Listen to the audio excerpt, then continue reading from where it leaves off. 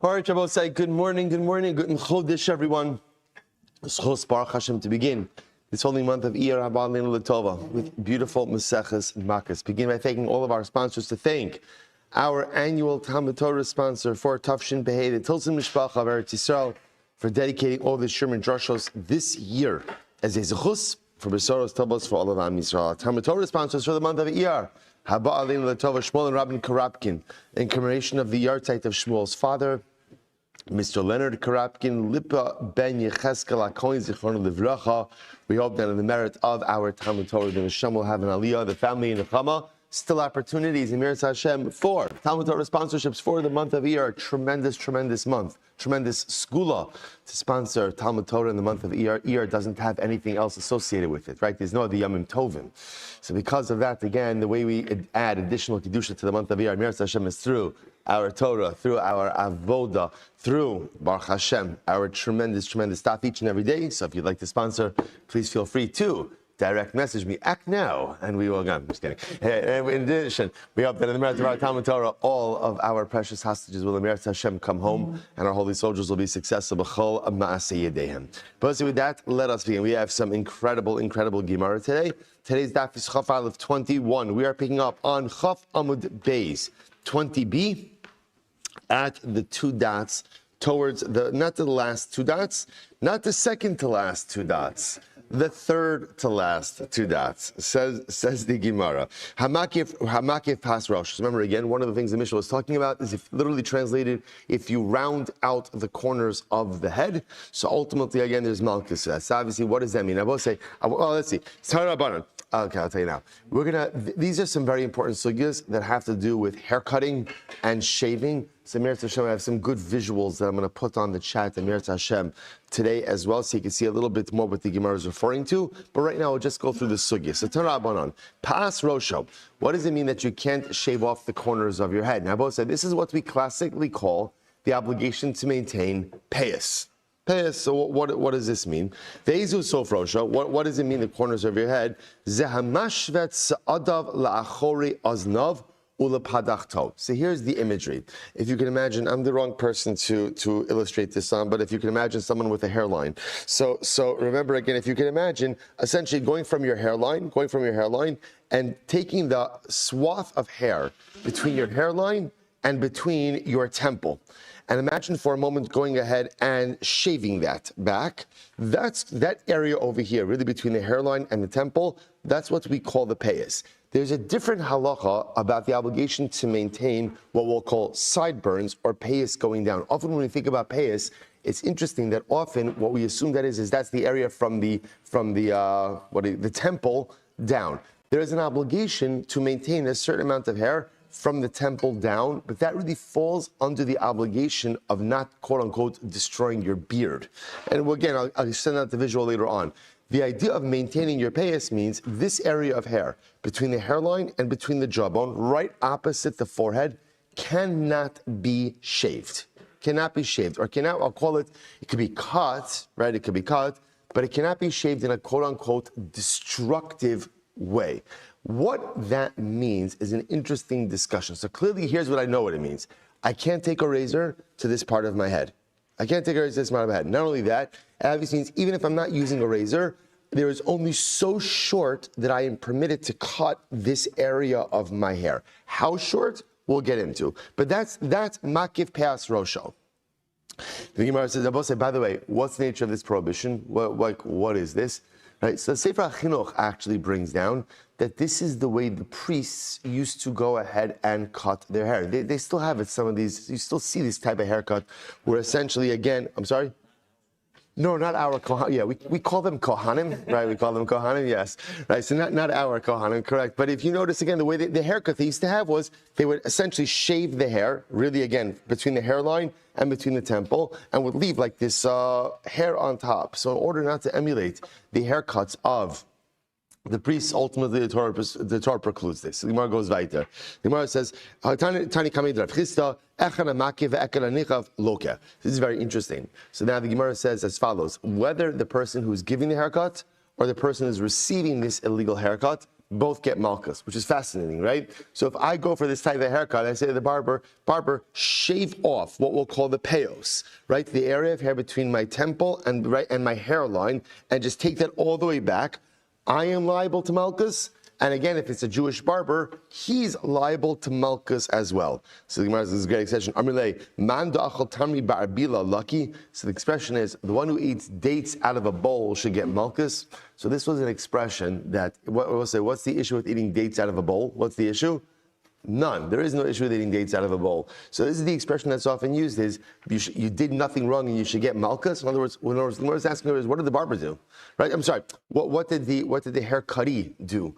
Right? What did I do? I'm sitting in the barber chair and I'm getting the haircut. I didn't do a ma'isa. If I didn't do a ma'isa, then why am I getting Makkos? To which the Gemara says, whose opinion is this? Rabbi Hudi, Tamar Lav Shein Ba Ma'isa Lo Kin Alav. Okay, answer number one. It's Rabbi Huda.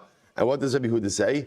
Even a lav she'ein bo ma'isa, even a lav without an act or without any dynamic activity, you get Makkos. That's one answer. Rava says b'makif li atzmo v'divrei hakol. Oh, what's the case over here? I'm giving myself a haircut.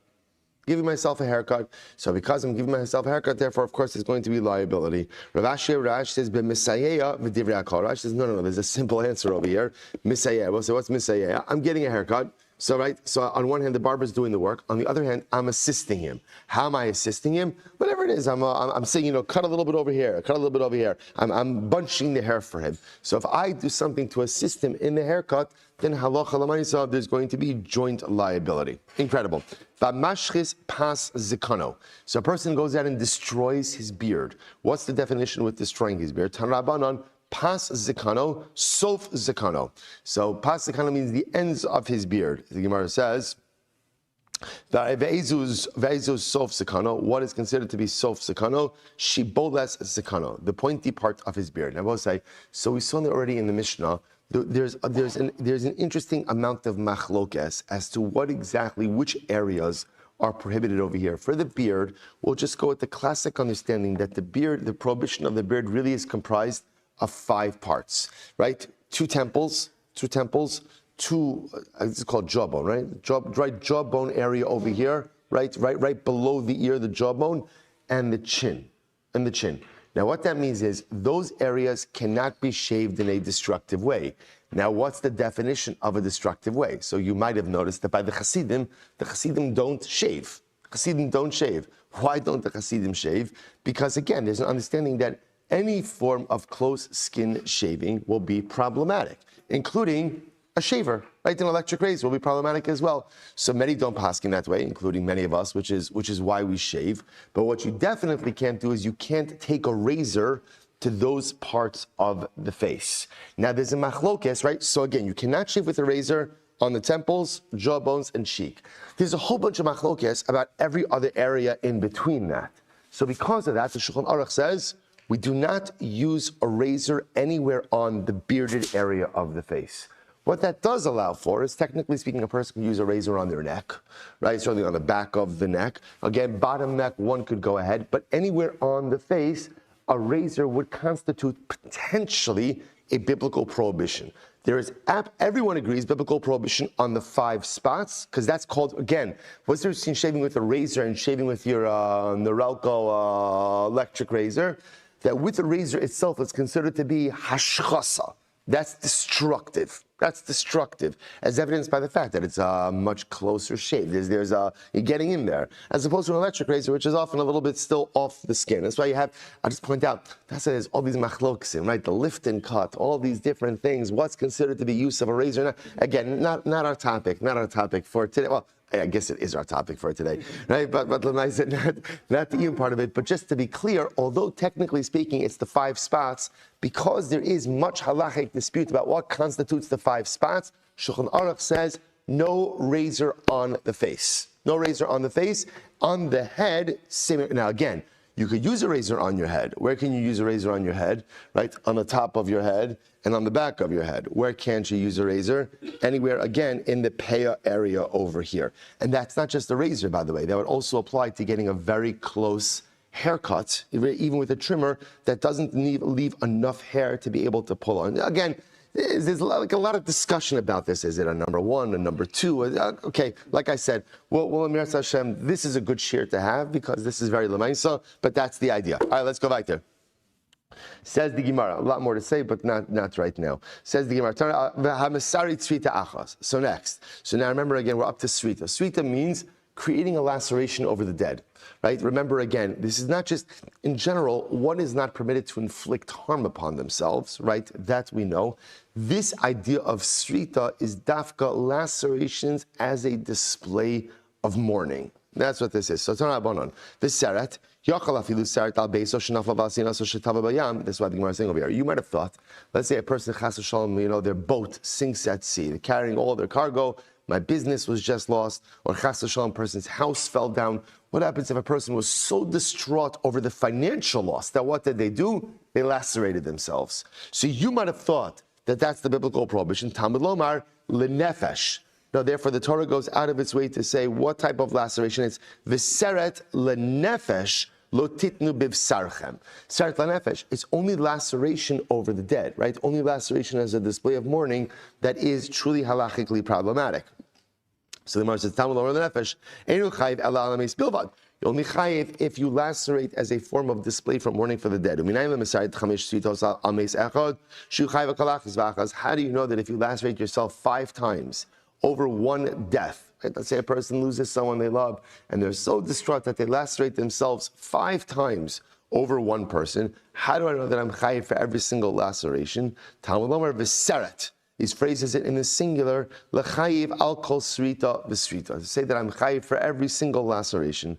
To be yosi amar minayin l'misarich srita achas al heimesim shu chayiv al kol achas v'achas. How do you know that even if you lacerate one time over 5 deaths, right? The person is mourning 5 deaths with one laceration. How do I know that halacha l'maisa again? I am chayiv l'chayiv al kol srita v'srita. How do I know that I'm chayiv for every single laceration?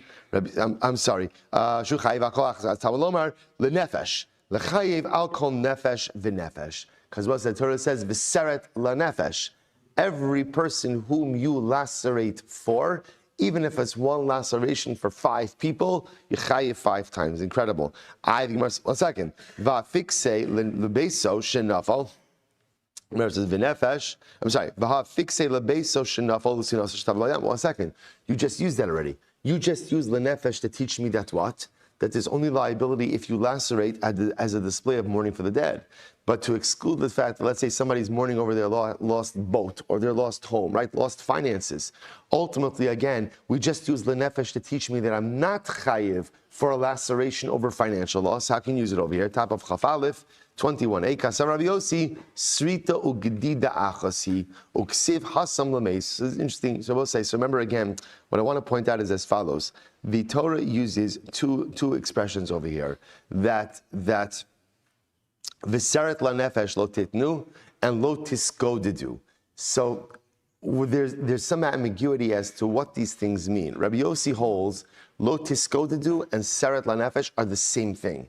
They both refer to lacerations. So because they both refer to lacerations and both of them discuss death, so one of them ultimately, again, could be used to teach me that I'm chayiv for every single dead person I lacerate for, even if it's one laceration over 5 people, I'm chayiv 5 times.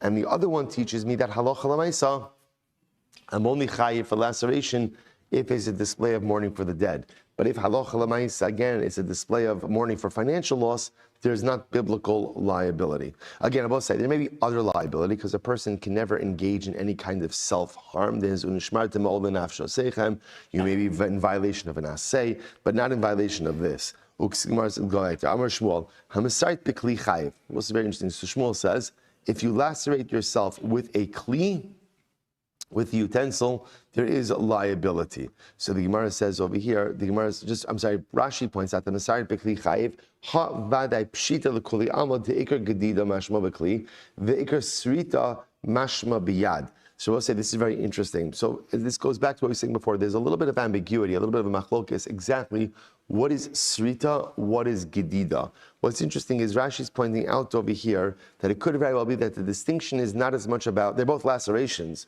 rather the distinction may lie in how the laceration is performed.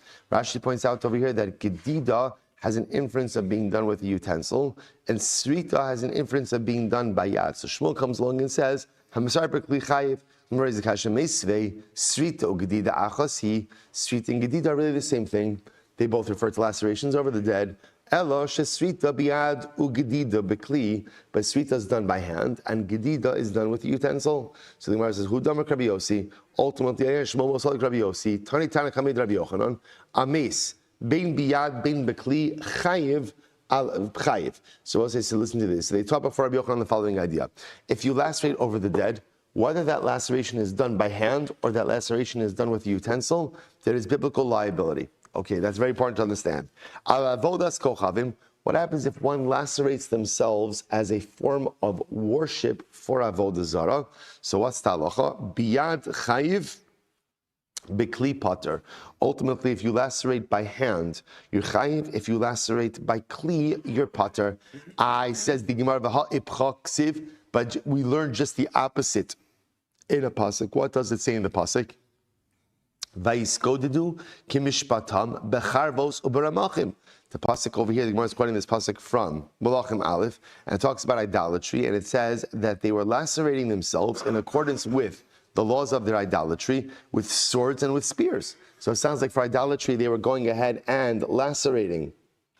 They were lacerating with utensils. Ella ema biyant potter bekli chayev. Rather by avodah zara. Supposed to say interesting. So this interesting distinction over here. By avodah zara, if you lacerate by hand, you are potter. By kli, you are chayev. What's the logic over there? By avodah zara, you're only going to be chayev for laceration if it's done in the normal form of worship. If you do something, remember how it works by avodah zara? No, of course not. How would you remember, right? So how does it work by avodah zara? By avodah zara, you're only chayiv if you worship the idol in a quote-unquote normative way. Now, there are certain forms of worship that will always be prohibited, right? Prostration is always prohibited, right? Kneeling is always prohibited. Karbanos are always prohibited, right? Offerings, libations, things like that are quote-unquote normal forms of worship. Even if the avodah zarah is not worshipped in that way, you're still liable for that. But then when you have unique practices, right? So unique practices are only liable if you do them the way the avodah zarah does it. So laceration is not a way that normally you worship a god. That's why by avodah zarah, they dafka did it with a kli. So with the kli, you're going to be chayiv, but biyad, you're going to be pater. But when it comes to laceration as a form of a mourning practice, you're chayiv bein biyad, bein bakli. Doesn't make a difference whether you're doing it with your hand, utensil, there is liability. Incredible. V'chayiv ala rosh. Next. One is chayiv ultimately, again, for creating bald spots on the head. So machvi Rav Sheshes bein pirkei reisha. So Rav Sheshes went ahead and pointed out over here, again, that was also payas as well, by the temples. Valazakon shtayim mikan va'achas milmat, as we mentioned before, by the beard. 2 spots, right? 2 temples, 2 jawbones, and a cheek, and a chin. That's the areas of liability for destructive shaving. So the Gemara says, Machvi Rav Sheshes ben Pirkei Dikna. So Rav Sheshes demonstrated this again by looking at the different parts of the beard, or by discerning the different parts of the beard. All right. Rabbi Eliezer Omer Im Natlan. Because Rabbi Eliezer says that halacha. What's Rabbi Eliezer say in the Mishnah? Rabbi Eliezer said Im Natlan kulan ka'achas eno chayiv ela achas. Rabbi Eliezer said if you were to remove the 5 spots on the beard at once. So I will say, so remember again, let's say you were to go ahead and to destroy the 2 temples, the two jawbones, and the chin at once, right? That could be that depilatory case, right? Depilatory case, right? Again, you put it all on your fingers, and you go ahead and you touch all 5 spots at the same time. So Rabbi Eliezer says you only chayiv once. Now, why is that? The Gemara says, Kasavar chad lafu. He holds all 5 spots are considered to be 1 lav. And there's only liability if you remove it with a razor, because also remember again, the issue over here is not quote-unquote shaving as much as it is destruction. So that's why, again, the Gemara understands over here, it's dafka shaving with a razor that is considered to be destructive shaving, and that's where there will be biblical liability. So turn Rabbanan, upas zikanam lo yigalechu. The Torah says, literally again, the corners of your beard you shall not shave. Now yigalechu, Rabbosai, is a lashon of shaving, giluach. Well, if that's the case, maybe even if I shaved with scissors. Now, what's the chap of shaving with scissors? obviously you're not getting a close shave with scissors, right? So I might have thought again, if that's the idea, that this is a prohibition on shaving, then halacha l'maisa, there should be liability even if I shave with scissors, yechayiv tamalomar lo sashchis. So we'll say that's what's interesting over here, right? There's two different expressions over here. On one hand, there's lo yikrchu karcha berosham upeas zikanam lo yigalechu. Right. So on one time, the law says you shall not shave the corners of your beard. A second pasuk says lo sakifu paas rashchem v'lo sashchis es pas zikanecha. So there's two prohibitions. There's don't go ahead and shave your beard, and don't destroy your beard. So again, based on law that says don't shave your beard, I would have said even scissors should be problematic. Talmud lomar lo sashchis. Therefore, the Torah says don't destroy your beard. Don't destroy. Only a type of shaving that is destructive in nature. Ilo sashchis yochel im liket b'malakit v'ritani yechayiv. I might have thought if I don't know if this is the right expression, but planed my beard, right? Took a plane and planed my beard. I would have thought that I would be chayiv for that. To which the Gemara says, Tamalomar lo yigalechu. No, you're only chayiv for shaving. So this is a very unique idea over here. The Torah is expressing what type of shaving is there biblical liability for? It's a type of normative shaving that is destructive. What's the type of normative shaving that is destructive? Haketzad. What's the type of shaving that is destructive? I'm saying when we say destructive, the type of shaving that obliterates the facial hair. What is the type of shaving that obliterates the social hair on the surface of the face? So the Gemara says, Have Omer zetar. That's a razor. That's a razor. So it's the interplay between these two lavim. On one hand, Pa'as sekanam lo yigalechu. Torah says you can't shave your beard, which sounds like anything, but then it says Pa'as sekanam lo sashchis. So when is the biblical liability? For a giluach, an act of shaving that is destructive in nature. What's the type of shaving that's destructive in nature? A razor. Incredible. Rabbi Eliezer says, even if you plane it, right, to use a plane to go ahead and shave, that you should be chayiv. Manavshach. So the Gemara says, I don't understand. How does he arrive at that conclusion? I don't understand. If Rabbi Eliezer is accepting the drasha that we just made before, that the drasha, what he's calling the Gzeir Shava, but really it means the interplay between hashchasa and giluach, if he accepts it, then that yields the result that it's only a razor and not a plane. If he doesn't accept the interplay between the drashas, then again, any form of shaving should be prohibited as well, including scissors. To which the Gemara says, Liolam Gamir Gzeir Shava V'Kasavra Hani Nami Giluach Avdi. No, Rabbi Eliezer accepts the Gzeir Shava, the limud we just made before. But he happens to hold that shaving with a plane is considered to be a normative act of shaving as well. Which I will say, by the way, the plane would essentially, conceptually, it's the same concept, right? Conceptually, what is it? It's shaving with a blade.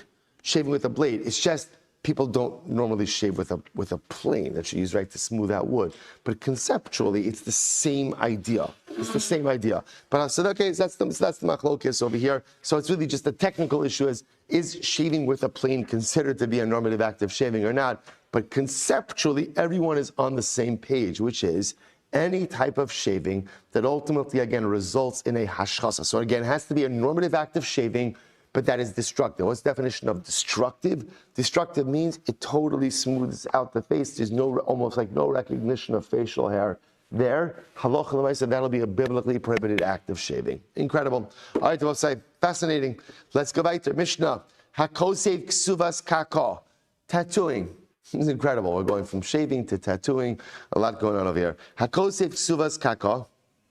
Suppose if a person goes ahead and tattoos themselves. So that's the biblical expression for tattoos, ksoves kaka. Now, Rashi points out during Abba say, what is the etymology of this expression? What does it mean? What does it mean? So if you look at Rashi, Rashi's in the wide lines, third line in, ksoves kaka, kosev tchila al basaro, besam u besikra, ve'achar kach mekakea habasar b'machat, o besakin v'nichnas hatzeva ben ha'or lebasar v'nira bo kol yomim kaka v'asar lichtov shum ksiv ba'olam abasar. So I'll say, okay, so first of all, this is fascinating.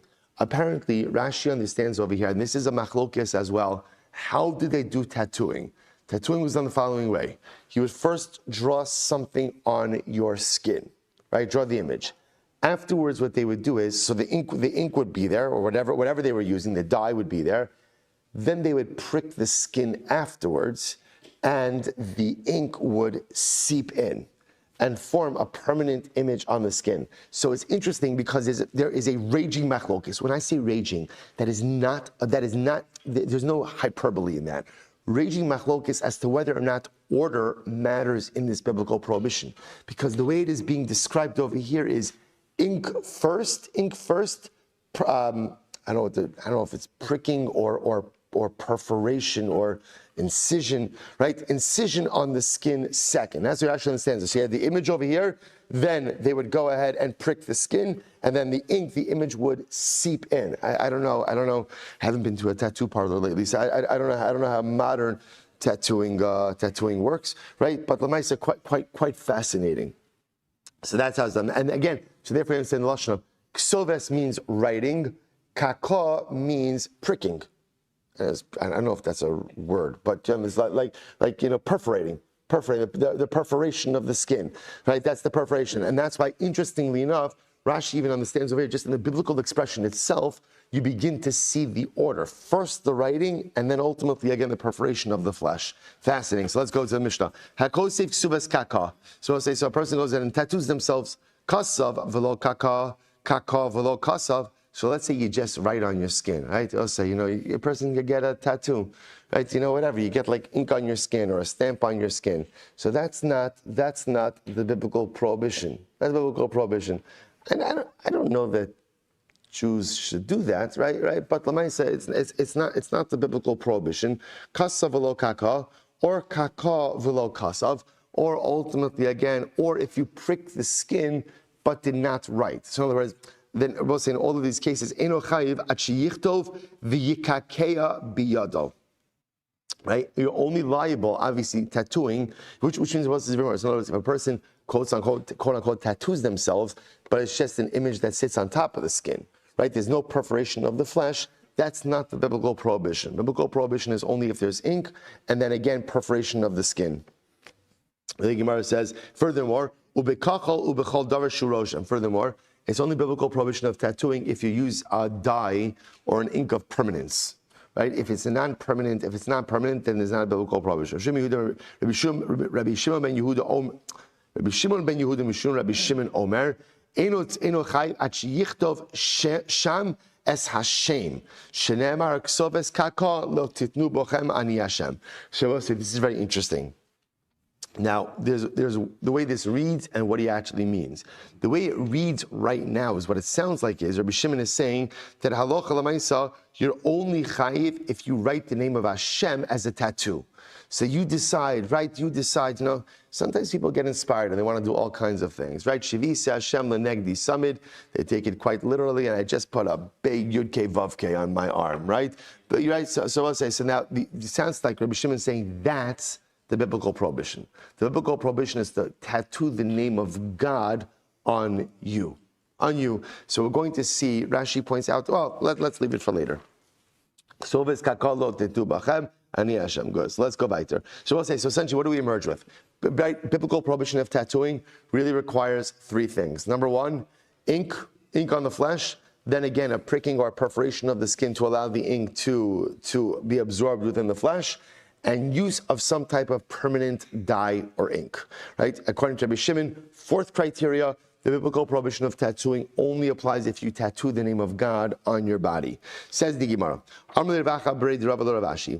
yichtov ani Hashem mamish. So Rava said to Rav Ashi, is Rabbi just saying that literally, again, you're not chayiv until you literally write Ani Hashem. In other words, because that's the lashon of the pasuk. Uksoves kakalo titnu bachem. Sounds like it's very interesting. Sounds like the way Rabbi Eliezer is reading the pasuk is like this. Uksoves kakalo titnu bachem. You shall not tattoo yourself. What's the biblically prohibited tattoo that you can't put on your body? Ani Hashem. You can't tattoo on your body Ani Hashem. So the Gemara says, is that what Rabbi Elazar is saying?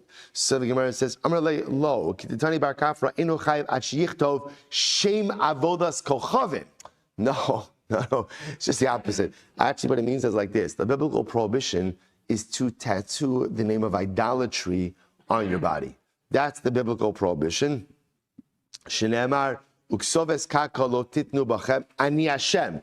Don't tattoo the name of another God on your body. Ani Hashem v'lo acher. Because I am Hashem and no one else. I will say, now the way we happen to paskin is that halacha l'maisa, the biblical prohibition of tattooing is whatever you're tattooing. It doesn't really matter what you're tattooing. The only issue is if you tattoo the name of God on your body, you may have bigger issues, right? There are bigger issues that come in, like walking into the bathroom, right, with that tattoo uncovered. But leaving that aside, the biblical prohibition really applies to all forms of tattooing. The Gemara goes weiter. So Amar Rav Malkiah, Amar Rav Ada bar Ava, Asr lo liadam. So this is very interesting, I will say. This is actually quite interesting. Now that we've established that really any form of tattooing is problematic, Rav Malkiah said as follows: a person cannot put Ephraim Makla. I will say Ephraim Makla is ash. Now, what they used to do is if you have a fire, right, and then again at the end of the fire you have like soot. So apparently, again, that soot has certain medicinal qualities. So if you had an open wound, it was common to go ahead and put that soot on your wound. So now Rav Malkiah comes along and says you can't do that. Why can't you do that? Because here's the issue. Often what would occur is when the wound would heal, the residual soot would still be there, and it would look like a tattoo. So that's Rav Malkiah. Now, what the Gemara just highlights over here, there are two different Rabbanim. One is Rav Malkiah, and one is Rav Malkio. So the Gemara just pauses over here just to say, people often get them confused. I'm going to tell you what Rav Malkiah said, and what Rav Malkio said. Two different opinions, two different people. So watch this. So the Gemara says, Amar Rav Nachman said, Breid Ravika, Shipud, Shvachos, V'gumos, Rav Malkio. Rav Malkio was the opinion that said Shipud. Now Rashi points out all of these cases. Shipud, Rashi says, we'll say it's in the wide lines. In the wide lines, about 2, 4, 6, 8, about 8 lines in Shipud. Beperik ein sadin, Shipud shetzalo babasar asla taltala. Rav Malkio, Adav shomte manicho bekaren zavis. If you have a spit that was used to roast meat, ultimately, again, on Shabbos or on Yom, well, not roasting on Shabbos, right before Shabbos or roasting on Yom Tov, that spit becomes muktzah after it's used because it's gross, right? It's unclean, so therefore, again, it becomes muktzah. That was one halacha. Next, shvachos. So we'll say this is fascinating. Look at Rashi. Mishnahi, beperak afa ping suvas. Rabbi Elazar Omer afilu echnisa lo mea. Let's remember again sugya in Maseches Ksuvas that spoke about the obligations that a wife has in her household. So there was a discussion, what happens if a wife brings in a domestic staff? So again, the more domestic staff she brings in, the less personal responsibility that she has. So Rav Malkiah was of the opinion, that even if she has a whole domestic staff, it's important for a person to be busy because idleness leads a person to all types of negative behaviors. That's the case of shvachos. And gumos, Rashi says over here, benida baba simin. So we'll say gumos was, normally it's the existence of 2 pubic hairs that is demonstrative of adulthood. So Rav Malkiah was of the opinion that even two pores is demonstrative of adulthood, because we assume that there are 2 pubic hairs that were there, but they just fell out. Okay, so those are the 3 cases of Rav Malkiah, right? Shipud, Shvachas, Gumos. Beloris, so we'll say, what's the case of Beloris? Rashi says over here, Ein ma'amidin ba'avod zara, tarabana oved kochavim ha'mistaper mi'Yisrael, the comes. Well, listen to this. Beloris was their haircut design. It was, it would grow out like a long strand of hair, like a ponytail. But it wasn't like a ponytail where you grew out all of your hair. It was just like one zah, right? One strip of hair that you would just see grown out long. So we'll say, so the halach is this was a form of idol worship as well. This was associated with Ovdei Avodah Zarah. So if you were a Jewish barber And a guy and a Gentile came to him and says, you know what, give me a beloris, right? Just make me a nice beloris. So the halacha is not allowed to do that. Not only that, but you also can't cut within a certain area of the beloris as well. Okay, so that's the case of beloris. So even a Jewish barber has to be careful with the beloris. Efer makla, Rabbi said that's our case. Efer makla, this is the whole reason. Efer makla is our case, where if you have an open wound, you can't use the soot to go ahead and use it as like a medicinal salve, because it'll leave a permanent mark afterwards, and that looks like tattooing. And the last case was gvina.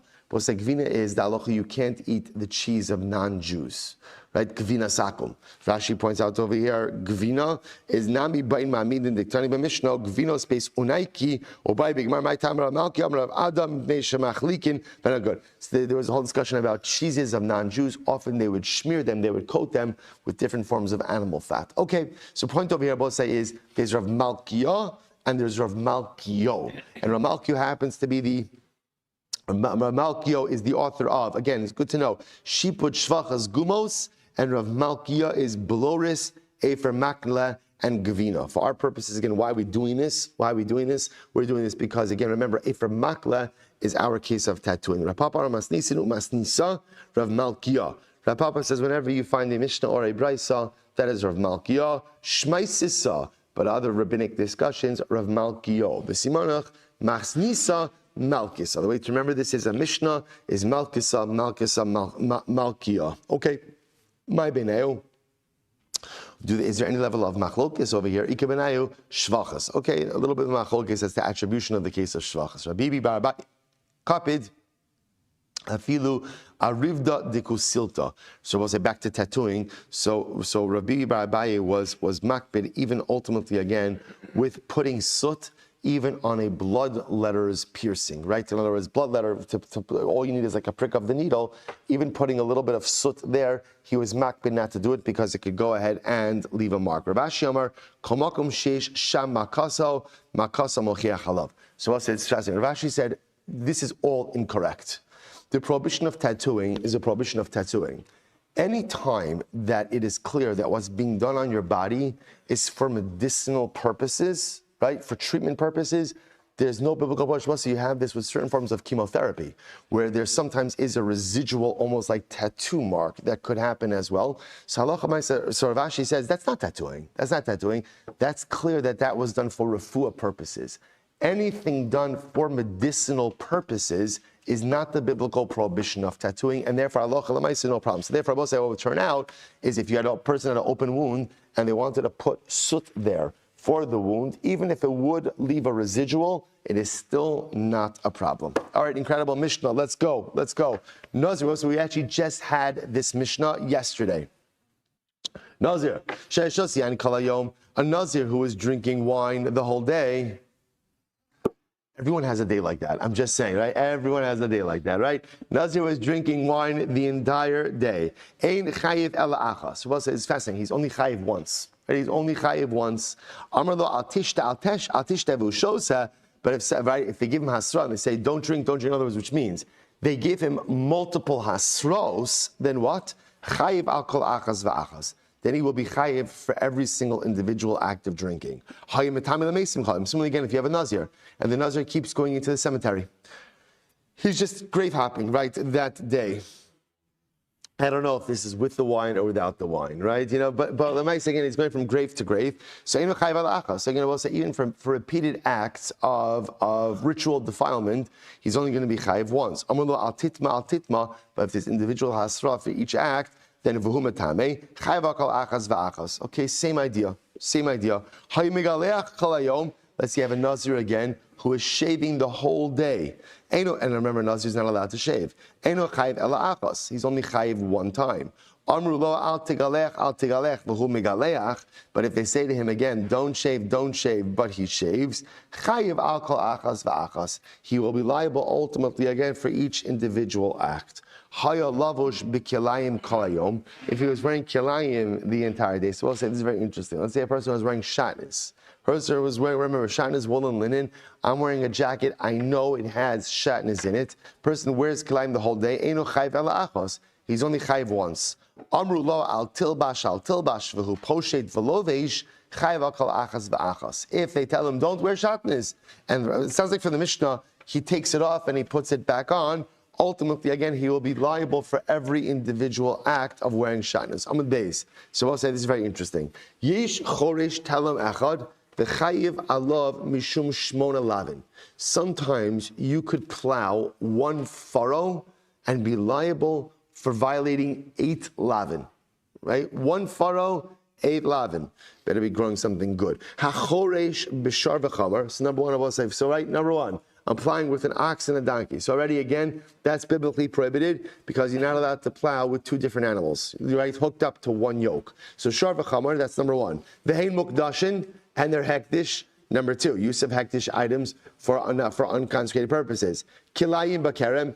And what I'm planting is, let's say again, wheat and grapes, for argument's sake, right? Right, prohibited mixtures.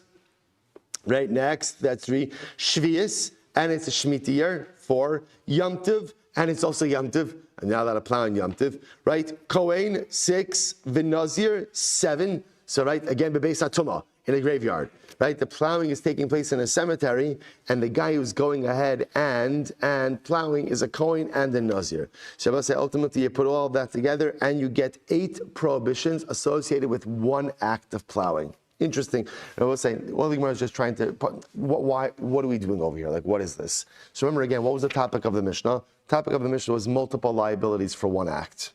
Right? So the Gemara is just showing, by the way, just interesting, just to show you another case of how one act of plowing ultimately could result in 8 distinct liabilities. Chananya ben Chachinoi Omer, af halovish kilayim. By the way, I can make it 9. How can I make it 9? The guy who's plowing is wearing shatnez while he's plowing. Right? So in addition to all the plowing, he's also wearing shatnez. Amrlo eino min Hashem. No, that doesn't work. That doesn't work. Why? Rabbi say now the reason why that doesn't work is because if he puts on a shatnez jacket, that has nothing to do with the plowing.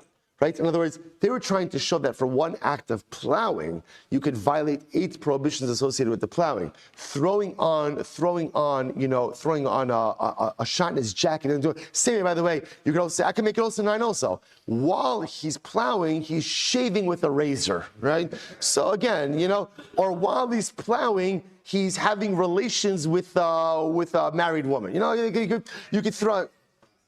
Some people can multitask. I'm just saying, I'm just pointing out over here, like the Gemara is saying, you could throw in as many different prohibitions, but that's not the point. The point over here is we want to show multiple prohibitions associated with one act of plowing. So the act of throwing on a shatnez jacket, that doesn't count. Amar lehem, what are you talking about? Af hanazir lahu min Hashem. But I don't understand why you say that. You're saying that the guy is liable because he's a nazir. What does being a Nazir have to do with plowing? So you are throwing on additional prohibitions already. So if you're going to throw on additional prohibitions, I'm going to throw on additional prohibitions as well. Okay, more about that in the Gemara. Gemara says, by the way, let's focus on the shatnez case for just a moment. I'm going to be Yosef. Poshet v'lovesh mamish afilu machnis umotzi beis yad unkali shalo. So we'll say, this is very interesting. In the shatnez case, if you notice in the shatnez case, right, so the Gemara suggests as follows. If a person wears shatnez the whole day, right, and they get 1 hasra, so then what's the halacha? I'm liable once, right, because it was one act of wearing. The way the Mishnah framed it was, right, if I say, Amrulo al tilbash fu poshet v'lovish chayiv. Now the way the Mishnah phrased it was, if I'm wearing shatnez, right, and now I take it off, I put it on, and every time I take it off, they tell me, don't wear it, and I put it back on, ultimately, again, there's liability for that. And I will say, we're going to stop with this case over here. We're going to pick up in Meretz Hashem. We're fine. We are absolutely fine. We're right on target in Meretz Hashem. The daf will only get much longer towards the end. No, but it's a short daf, last daf. I will say, Shkoyach, and we'll stop over here for today. I want to rush this last case. Give us a few minutes to get ready for davening. Shkoyach. A good chodesh.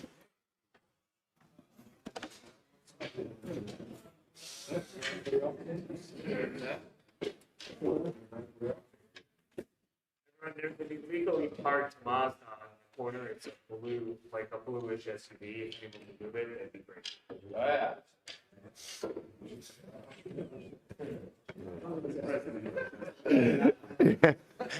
Look, you've really had a tremendous impact. You've had a tremendous impact on the Kehillah. I'm just saying now, it's is it bad?